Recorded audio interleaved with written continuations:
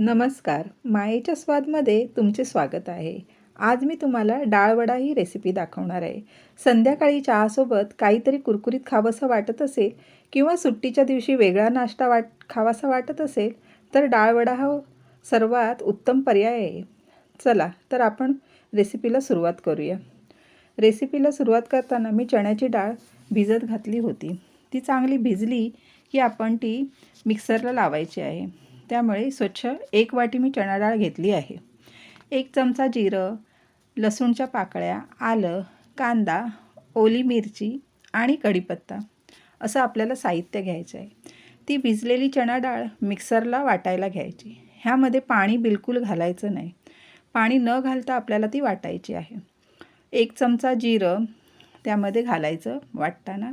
ओल्या मिरच्याचे तुकडे करून घालायचे आहेत. मग ते चांगले वाटतात. आणि हे आपल्याला जाडसरच वाटायची आहे डाळ, अगदी बारीक नाही करायची. 1 चमचा मीठ आणि हळद किंचितशी आणि त्यामध्ये लाल तिखट घालायचं आहे. लाल तिखटने चांगला रंग येतो. 1 चमचा आलं आणि लसूणच्या पाकळ्या घालायच्या आहेत. हे असं आपल्याला जाडं-भरडं वाटून घ्यायचं आहे. हे आता मी मिक्सरला लावून घेते. जाडं-भरडंच असं लावून घेणार आहे. हे बघा, हे आपलं आता असं जाडं-भरडं वाटण तयार झालं आहे. हे मी एका डिशमध्ये काढते, कारण की आपल्याला त्यामध्ये कांदा घालायचा आहे. कांदा आणि कढीपत्ता हे दोन्ही घालायचं आहे. कढीपत्ता आणि घातला तरी चालतो. जास्त कढीपत्ता घातला की अधिक चव येते.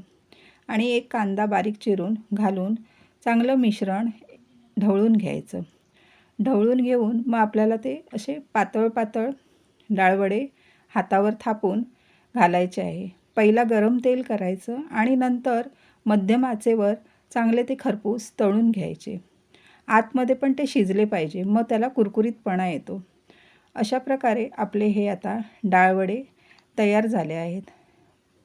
हे डाळवडे चटणीसोबत, चहासोबत खूप छान लागतात.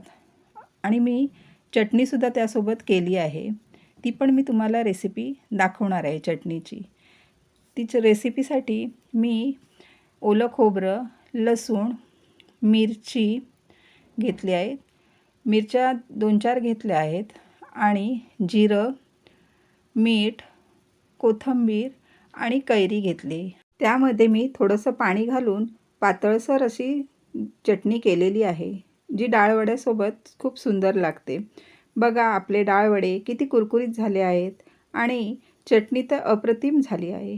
तुम्ही हा बेत नक्की करून पहा आणि चॅनलला सबस्क्राईब करा. ही डाळवड्याची रेसिपी कशी वाटली हे कमेंट करून मला नक्की कळवा. पुन्हा भेटू एका नवीन रेसिपीसह. धन्यवाद.